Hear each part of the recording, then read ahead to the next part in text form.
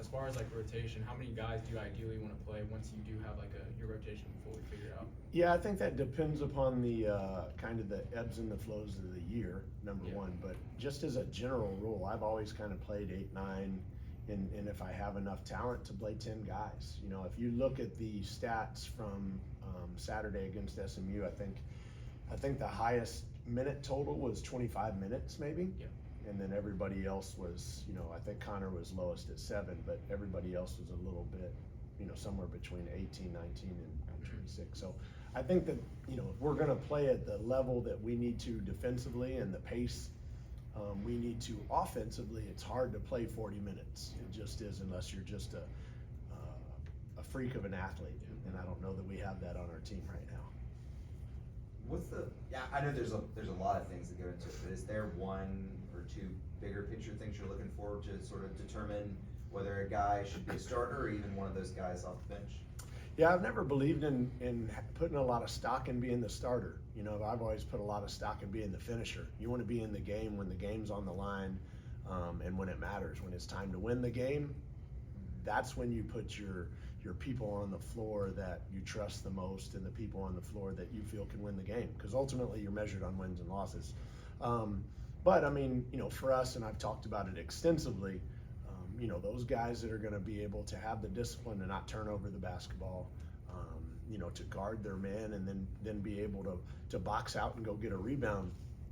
Those are the guys you trust at the end of the game. And so as practice continues, as games begin, you know, those guys are going to be able to, you know, start to rise to the top, and it'll become evident, you know, who your guys are. Now, I also think that, you know, within the course of the year and injuries and those sorts of things, you know, you're going to have different guys come in and out of that role. So that's going to be the biggest, you know, probably biggest deal for us, is to just kind of figure out who that is on a weekly and game by game basis.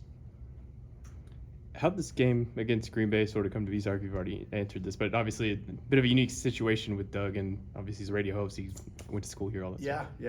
For those of you know that know Doug is relentless in a lot of ways, and he was very aggressive in pursuing the game. With that being said, I also believe that you know, being the head coach and the CEO of this basketball program, in order for us to have a great program, you know, we need to take care of our own. And this is Doug's first head coaching opportunity. His university needs funds, and if we're gonna buy a team, or we're gonna give it, you know, money to a university, it might as well be one of our own. And I think that, you know, obviously that's part of the Cowboy code, is we take care of one another. Obviously from the other side of the coin, it's a little bit risky, you know. I mean, Doug played here, he was a good player here, he's voiced his opinion in wanting to be the head coach here, but the program is bigger than one game, and that's ultimately why I decided that we'd go ahead and do this. Do you know much about the roster? I imagine you dove into Jeremiah a little bit. Yeah, I mean, I know Jeremiah, and I know the young man that was at Langston in New Mexico State. I'm drawing a blank on his name right now, but other than that, I don't know a whole lot. There's no video available. They've had 2 scrimmages, one against Northern Illinois and one against St. Norbert, and those, you know, as is typical, those videos are not being shared because Doug didn't want them out, or those teams don't want them out. So we don't have a lot of video, but it sounds to me like they can really shoot the basketball. They don't probably have extreme size or a great inside presence, but you know, I'm sure that they're a well-coached team, and they made a bunch of threes in their first 2 games. You've talked about wanting to pack this place out. Is this not only this is the first game for you and this group of guys, but also, you know, a former player that you know, is pretty popular in the community? Is this an opportunity to, like, you know, make a sort of good first impression? Yeah, absolutely. And to be very frank and honest with you, Doug promised us a sellout. So if you don't have a sellout, it's on Doug's shoulders, right? That was part of his ploy and part of his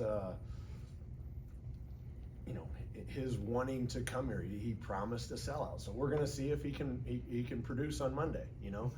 But yeah, I mean, again, the more we can gather interest in our basketball program and we can get people in the building, I truly believe that they will like the product that's on the floor and they will want to come back to see them again. So if we have to do it by bringing Doug in or whoever, then let's do it. And then it's our job, to play the right way and to have those people feel attached to the program and to the team and want to come back. Right? That's our job. So we've done our part on the front end. Now we've got to execute here on Monday. I don't know if you guys call him Marcellus or Chichi or what you call him, but Chichi, yeah, with his size, his length, his shooting ability, how big of an X factor can he be going forward throughout the season? Yeah, I mean, I've said this to several people. Chichi's a good player. His biggest thing is we've got to be consistent, right? We've got to be consistent with our rebounding.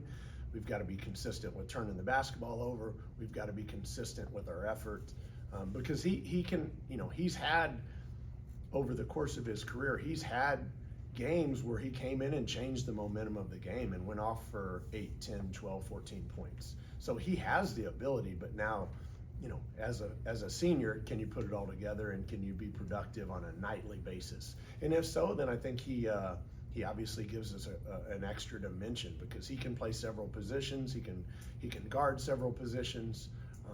But that's his challenge, and that's my challenge to him every day, is bring it every single day.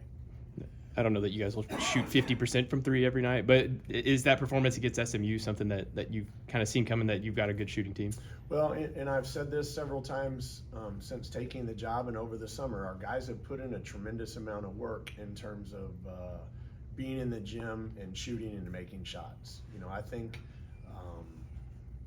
think over the last, I want to say 7 weeks, we've made the most shots in the country out of all programs that use Shot Tracker, which is basically all high major programs. So the guys are working. Now, will we shoot 50% for the year? Probably not, because I don't know that anybody finished the year last year making 50% of their threes.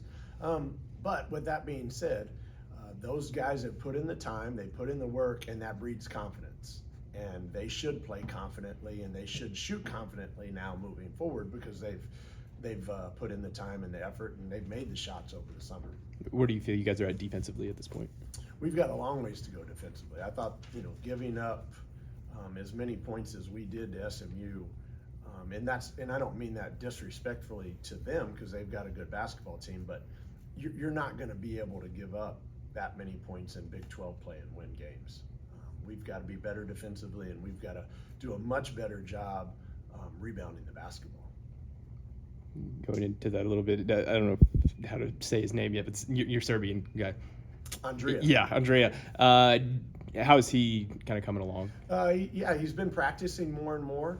He had a back issue early on, and so now he's getting more reps and time in practice.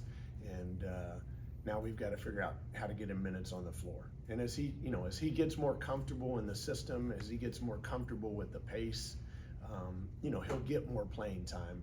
But right now we've just got to continue to bring him along. But he's been a willing worker, and his health has gotten much better.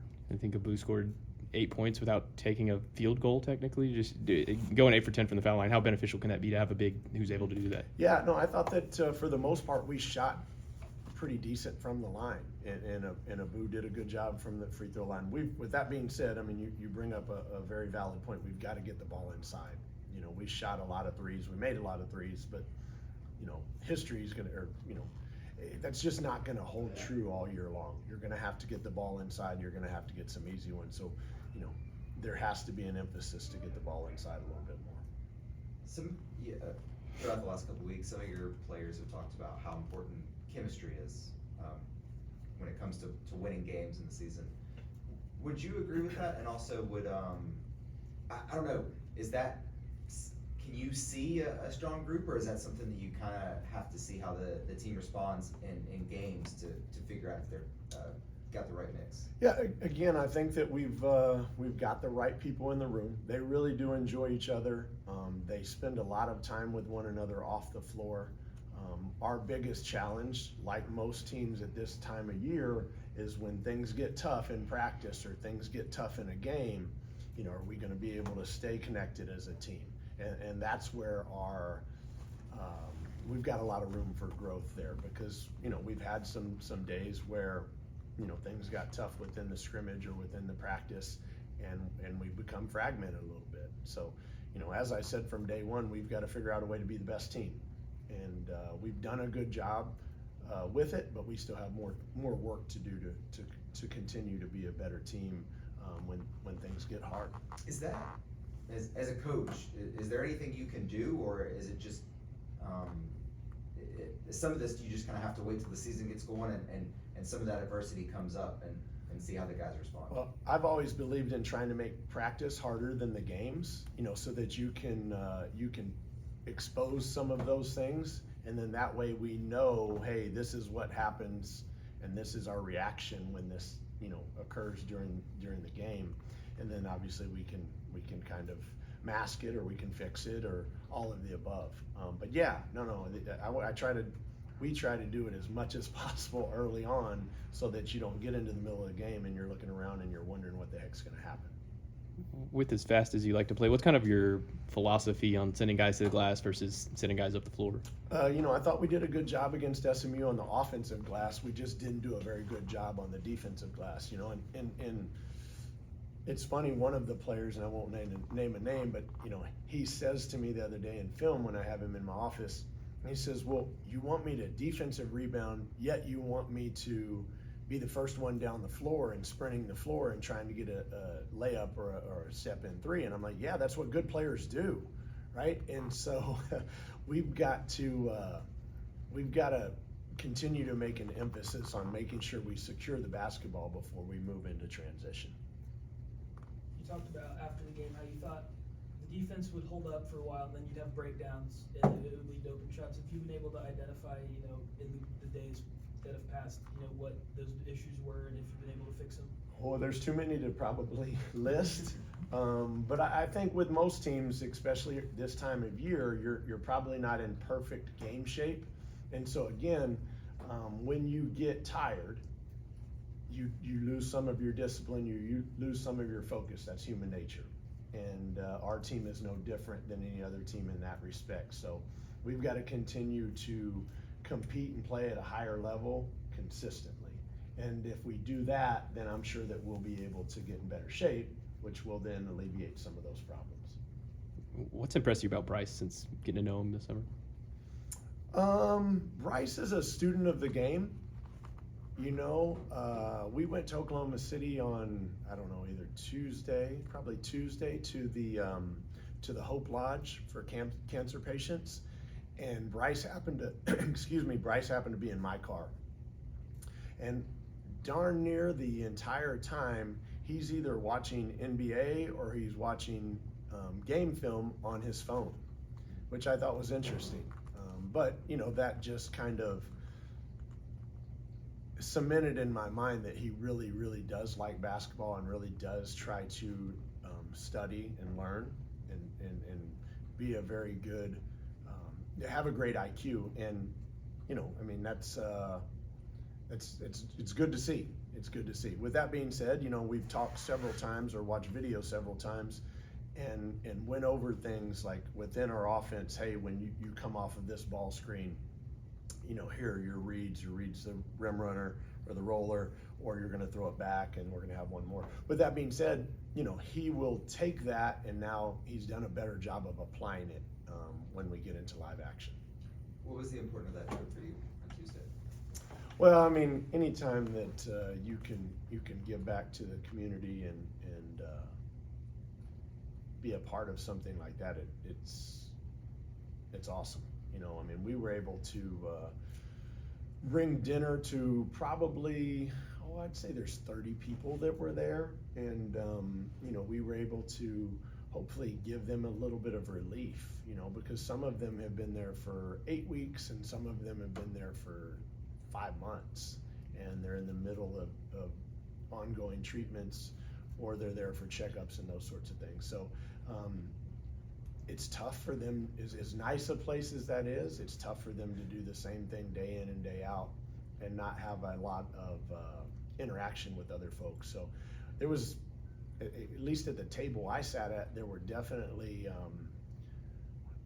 3 Oklahoma State alums, you know, so it was neat to sit and talk with them about, you know, some of the old days and those sorts of things. But just, man, anytime you can give someone a break who's going through a hard time, I think that's awesome. Time for maybe one or two more. Is that, obviously, there's a lot of parts of this job that are stressful. Is that, I don't know, is it nice for you personally to find moment, you know, obviously the Cost Saturday raising money in this. Is it nice for you to, I don't know, does it help you relax at all to find those moments to sort of give back and? Yeah, absolutely. I think it helps ground all of us, right? And that's kind of what we talked about after we got back is, I mean, just how blessed we are, right? I mean, we are at Oklahoma State University. We're playing in the Big 12. We've got a great arena. We've got a great university, a great fan base, and there's people fighting for their lives, you know, and some of those people may be 60 years old. They may be 16 years old. So it's a reality check a lot of times, and I think that's wonderful for all of us to have because, you know, as I've said with the story with Shannon, you know, it can all be taken from you at a moment's notice. So I thought that it was a great night for us and also, you know, for those people that we were able to spend time with.